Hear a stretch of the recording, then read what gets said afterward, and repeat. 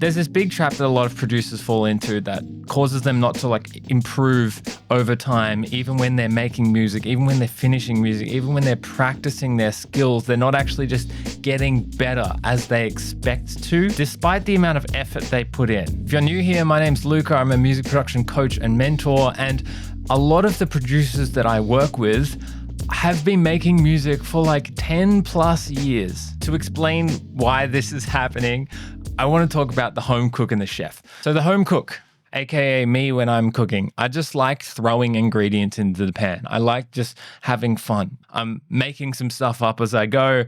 I sometimes use recipes. Most of the time I don't. I cook the things that I've cooked before in the past that have tasted good. And that's okay because the stakes are really low. But the trade-off here is you're not really improving much. The chef, on the other hand, knows exactly how to get to the actual flavor that they want, right? They've created recipes, they've memorized them, they expect a particular result. They have a vision for it. They know how they want it to taste and look and feel. They've thought about it. And then, most importantly, they're serving it to people, getting feedback, and then refining the recipes and their craft and getting better over time. Now, do you see the difference between the two? The home cook might not improve for 10 years, but the chef is constantly improving. And let me tell you, this is the exact same thing in music production. So I want to introduce to you the two categories of music producers that we're going to talk about today.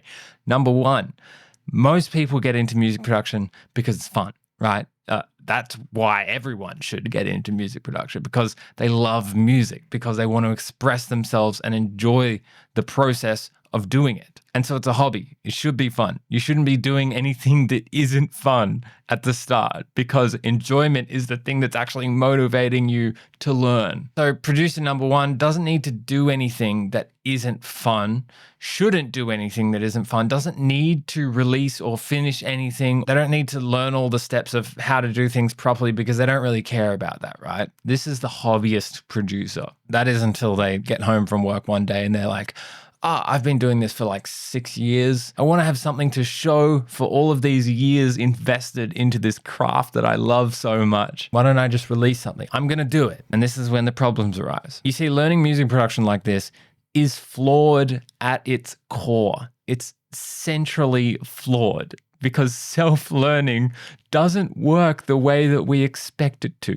So the natural response in this instance, this is what I did, is double down, work harder, put more effort in, right? But you can't act like a home cook and expect the results of the chef because they're two different things. They work different ways. So hobbyist producers get stuck in the cycle of trying to practice more, but not getting any more results because they're doing things in the same way, because that's the only way that they know how to do things. It feels ridiculous to me. This is the most common expected method of how music production is learned. YouTube means that you have all the information, but it's hard to piece that information together because the things that you actually need to learn most of the time are actually just the things that you don't want to learn, and that's why you didn't learn them. The things that you're bad at, the things that you just tend to avoid naturally, and this is human nature, those are the little holes that arise in your process, the things that stop you, so you try and skip over it, you're trying to jump over it, but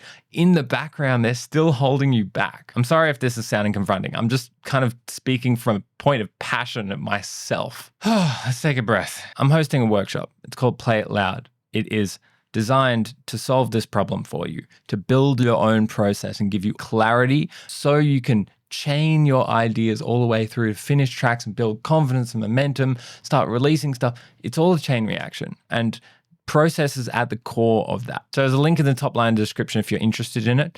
But we have to talk about producer number two. This is equivalent to the chef. This is like the artist. They know how to get to the result, the al dente pasta. They know that because of the process, all of the steps in between. They know what those steps are so that when they get stuck, they know where they are, and then they can diagnose that problem, focus more on that problem, and then solve it. It's not like they just never get stuck anymore. Every single producer is always going to get stuck. They just know where they're getting stuck so that they can diagnose. I finished this EP recently. It still hasn't been released, and it wasn't a very easy task to actually finish it, but I was never concerned about not finishing it. It was just 1, procrastination, 2, I put a lot of pressure on myself to do stuff like this.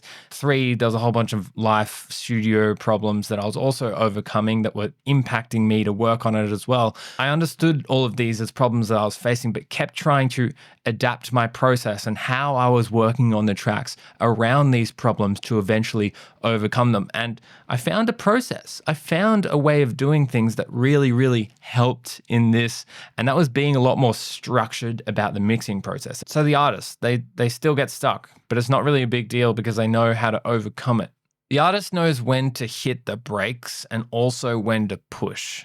There is a certain amount of urgency that you need to hold yourself to when you're trying to finish music. There's some tracks that are like, okay, I need to sit down and push myself to get through this, to actually finish this, because a finished product is more important than me just creating more loops. And then there's other times where it's like, okay, I actually need to take a step back from this because forcing myself to do this is putting more pressure on myself, and I'm kind of feeling guilty. I'm starting to guilt myself into thinking that I need to finish this, and this is blocking my creativity and making things worse. There is a bit of a scale there that you have to balance. But the difference between what makes an artist versus a hobbyist producer is usually got nothing to do with talent or skill.